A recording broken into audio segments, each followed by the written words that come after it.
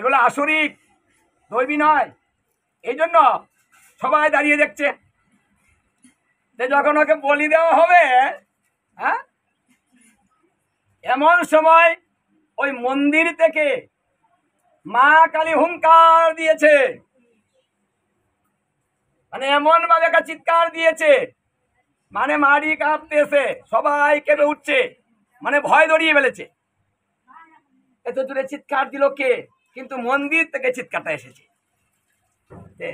ও যে বলি দিতে চেয়েছিল, ও দাঁড়িয়ে আছে, নিচে আনতে পারেনি, দাঁড়িয়ে দেখতেছে যে ব্যাপারটা কি।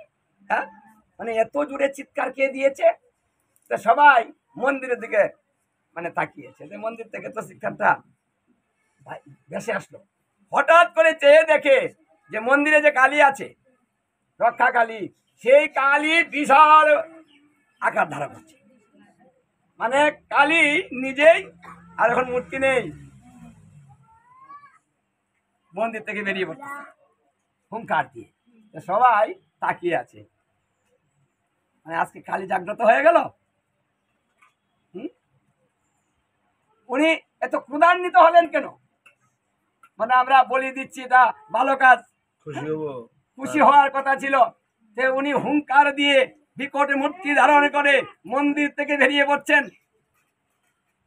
বেরিয়ে এসে যে বলি দিতে চেয়েছিল, ওটা হাত থেকে টান দিয়ে নিয়ে অক্রিয়াকে শেষ করছে।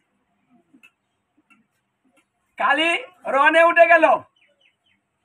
কালী বলল, রনে উঠেছে কালী, হ্যাঁ, যাকে বাঁচছে তাকেই মারছে, সমান কাটতেছে আর চিৎকার করতেছে, জানোস তোরা কাকে এনেছিস? এই মায়ের সামনে কখনো সন্তানকে বলি দেওয়া যায় রে? হ্যাঁ, আজকে তোদের রক্ষা নেই।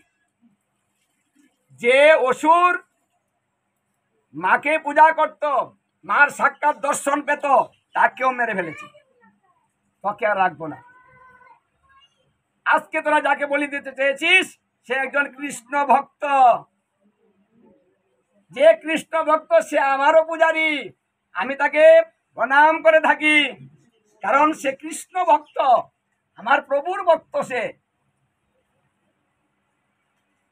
আর তাকে তোরা বলি দিতে চেয়েছিস আমার সামনে?